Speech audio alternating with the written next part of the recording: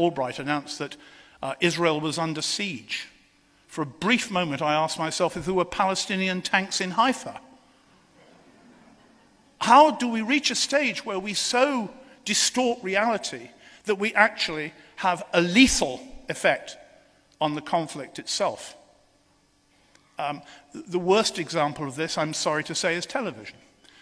The way in which, unless an Iraqi is obliging enough in a war to die romantically beside the road in silhouette with all his arms still attached, you do not see the dead. For viewers of television, not in the Arab world, I might add, but in the West, we do not see the dead. And thus our leaders, all of whom at the moment have zero experience of real war, the journalists do, but not our leaders in the West, they are able to present to the public war as a bloodless sandpit. War as something primarily to do with victory and defeat, rather than death, which is exactly what it is about on a large scale. War represents the total failure of the human spirit. And I had a perfect example of this in 2003. I was in Baghdad and I was trying to get down to Basra. I got halfway and then I was so frightened I could hardly write, and there were so many bombs dropping from my own dear Air Force, among others, that I turned back to Baghdad. But Al Jazeera were in Basra, and they got back the same day to Baghdad with their video film.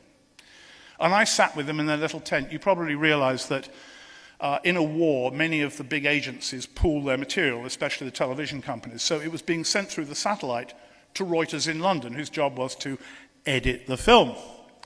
So, of course, this was film of a civilian hospital. There were some soldiers brought in wounded and dead, but most of the pictures were of dead and wounded women and children. They had been killed and wounded by British artillery fire in Basra. The British were besieging Basra while the Americans took the highway to claim Baghdad. And what was particularly revealing was, as they showed the film, listen to the remarks coming back from London.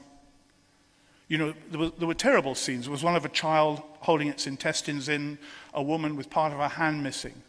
And there were screams and cries and lots of blood on the film. And the voice from London said, you know, we can't really show this. You can't show this to people at tea time.